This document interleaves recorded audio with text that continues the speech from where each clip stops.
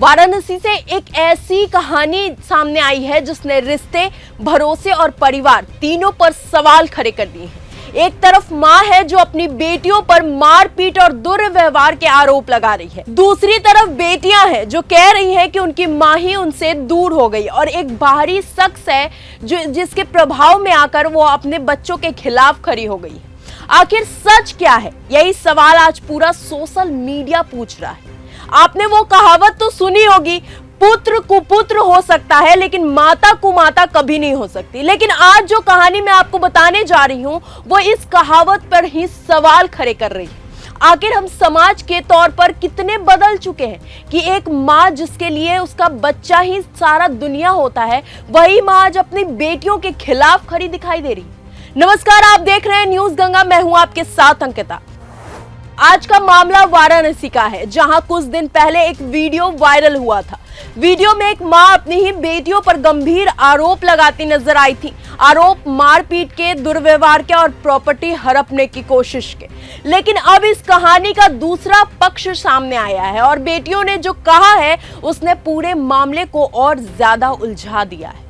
बेटियों का कहना है कि साल 2020 में उनके पिता की मौत के बाद सब कुछ बदल गया। उनका आरोप है कि उनकी मां का संबंध अजीत कुमार सिंह के नाम के एक व्यक्ति से हो गया जो पहले से शादीशुदा है और जिस पर कई गंभीर आरोप लग चुके हैं। बेटियों का कहना है कि उन्हें अपनी मां के रिश्तों से कोई दिक्कत नहीं है। शुरुआती में दिक्कत थी लेकिन अब कोई दिक्कत नहीं है, लेकिन डर इस बात का था कि कहीं उनके पिता की मेहनत से बनाई गई संपत्ति गलत हाथों में ना चली जाए। बड़ी बेटी का दावा है कि उसके पिता ने जो प्रॉपर्टी मां के नाम खरीदी थी वो परिवार और बच्चों के भविष्य के लिए खरीदी थी, लेकिन अब उन प्रॉपर्टी का बड़ा हिस्सा बेचा जा चुका है।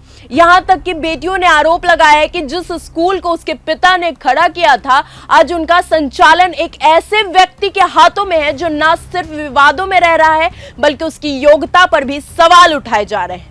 मामला सिर्फ प्रॉपर्टी तक सीमित नहीं रहा है। छोटी बेटी ने बेहद गंभीर आरोप लगाते हुए कहा कि मां के कथित बॉयफ्रेंड ने उनके साथ बदसलूकी की है, धक्का दिया है, उसके कपड़े फाड़े हैं और इस मामले में पुलिस में शिकायत भी दर्ज कराई गई है।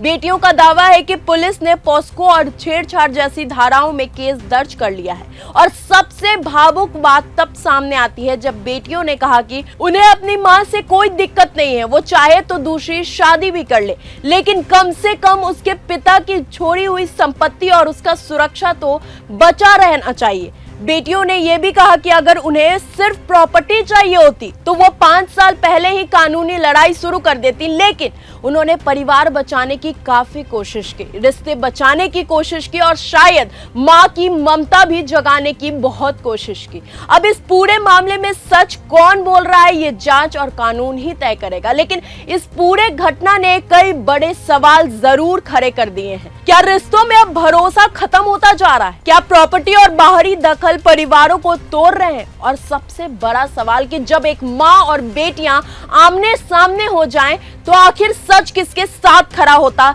दिखेगा। फिलहाल वाराणसी का ये मामला सोशल मीडिया से लेकर प्रशासन तक चर्चा का विषय बना हुआ है और हर कोई बस एक ही जवाब तलाश रहा है कि आखिर इस परिवार को तोड़ा किसने। आप क्या सोचते हैं इस पूरे खबर पर? अपनी राय हमें कमेंट बॉक्स में जरूर बताएं। तब तक के लिए धन्यवाद। अगर आपको यह हमारा वीडियो पसंद आया हो तो इसे लाइक और शेयर करना बिल्कुल ना भूलें। साथ ही हमारे चैनल न्यूज गंगा को सब्सक्राइब और फॉलो जरूर करें ताकि देश और दुनिया की हर बड़ी खबर आप तक सबसे पहले पहुंचे।